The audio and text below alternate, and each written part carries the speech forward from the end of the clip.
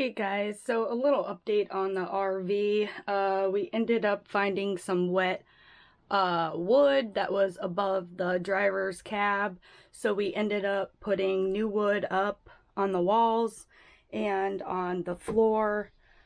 We did do the ceiling also. We just did like I think 2 coats, which it needs one more. Then we ran into this wall right here that was a little wet, so we did end up taking that all the way down and putting new wood up.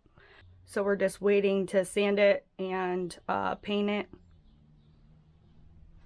Also with this wall, we had to fix a little part, so we again just put a new wood up there, put some plastic nails, and now we're letting it dry until we sand it, and then we're gonna do some painting.